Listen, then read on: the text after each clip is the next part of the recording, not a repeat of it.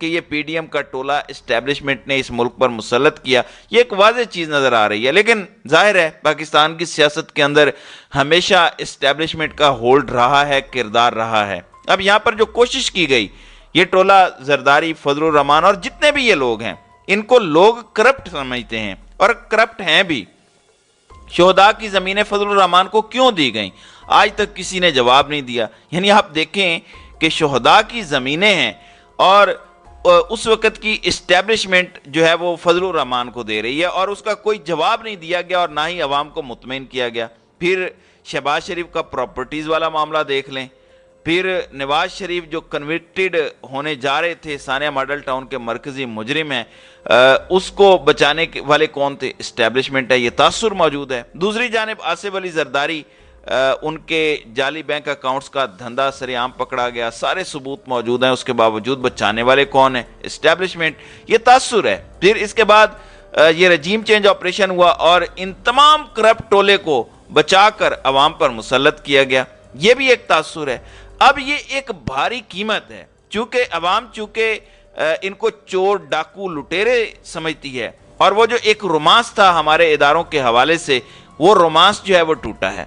غصے اور نفرت نے اس کی جگہ لے لی ہے اور اب لوگ ان کو بھی مجرم سمجھتے ہیں۔ کم از کم اب تو ہوش کے ناخن لیں اور پی ڈی ایم کا پروجیکٹ بند کریں۔ یہ پی ڈی ایم کے گند کا جو ٹوکرا ہے، یہ آپ پر مزید بوجھ ڈال رہا ہے اور آپ اس بوجھ کے نیچے دب جائیں گے، کوئی فائدہ بھی نہیں ہوگا، کیونکہ عوام سے ادارے لڑنا شروع کر دیں تو ان اداروں کی کریڈیبلٹی اور ان کے اندر رہنے والی شخصیات کی اہمیت نہیں رہتی۔ طاقت کے ذریعے آپ گرفتاریاں کر کے، مقدمات بنا کر، تشدد کر کے، سافٹ ویئر اپڈیٹ کر کے اور گھٹیا لفافہ صحافیوں کے ذریعے ویڈیوز، آڈیوز اور خبریں فیڈ کر کے آپ کبھی بھی عوام کے دل نہیں جیت سکتے۔ اس لیے ایک بڑا اہم اور ڈیسائسو مومنٹ ہے، وہ یہ ہے کہ عمران خان سے مذاکرات کیے جائیں، تحریک انصاف کو راضی کیا جائے۔ الیکشن ایک آئینی تقاضا ہے، 1-2 مہینے ڈیلے کیا جا سکتا ہے، کنونس کیا جا سکتا ہے، لیکن یہ کہنا کہ اکتوبر میں بھی الیکشنز نہیں ہوں گے اور 1 سال تک ہم رہیں گے، یہ ملک افورڈ نہیں کر سکتا۔ جو معاشی صورتحال ہے، جو 1 سال میں برباد ہوئی ہے، کل کو لوگوں کے خلاف احتساب بھی ہونا ہے۔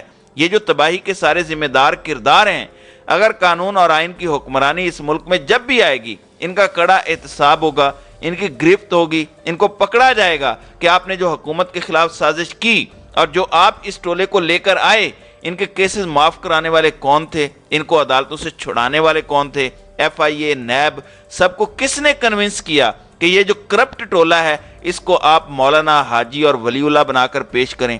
تو اگر احتساب ہوا تو پھر جنہوں نے چوروں کو چھوڑا وہ بھی چور ہیں، اس لیے ان کو چور کے طور پر ٹریٹ کیا جانا ہے۔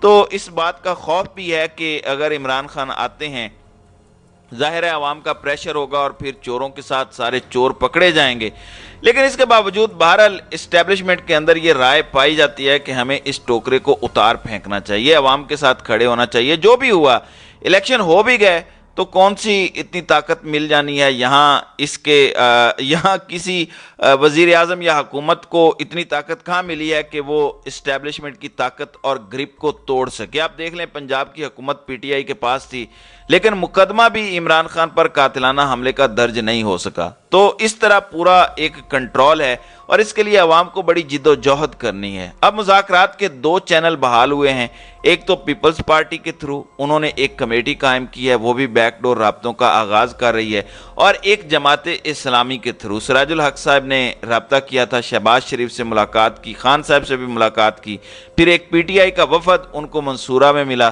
دوبارہ انہوں نے شہباز شریف سے ملاقات کی۔ تو اس وقت 3 رکنی ایک کمیٹی ہے، بظاہر حکومت اور عمران خان کے مابین یہ مذاکرات کی بات ہو رہی ہے، لیکن دراصل یہ چینل اسٹیبلشمنٹ نے آپریٹ کیے ہیں اور یہ ایک بڑی نیوز ہے۔ اب 3 رکنی کمیٹی بنائی گئی ہے، سینیٹر اعجاز چودھری ہیں، پرویز خٹک ہیں، پھر ان کے ساتھ میاں محمود الرشید ہیں، یہ جماعت اسلامی کے ساتھ بات چیت کریں گے۔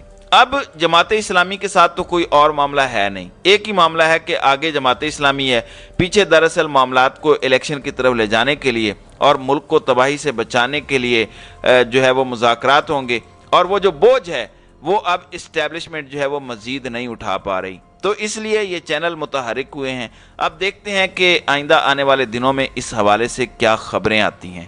تو ناظرین اکرام، آپ کی اس ویڈیو کے حوالے سے کیا رائے ہے؟ آپ اپنی رائے کا اظہار کامنٹ سیکشن میں ضرور کیجیے گا۔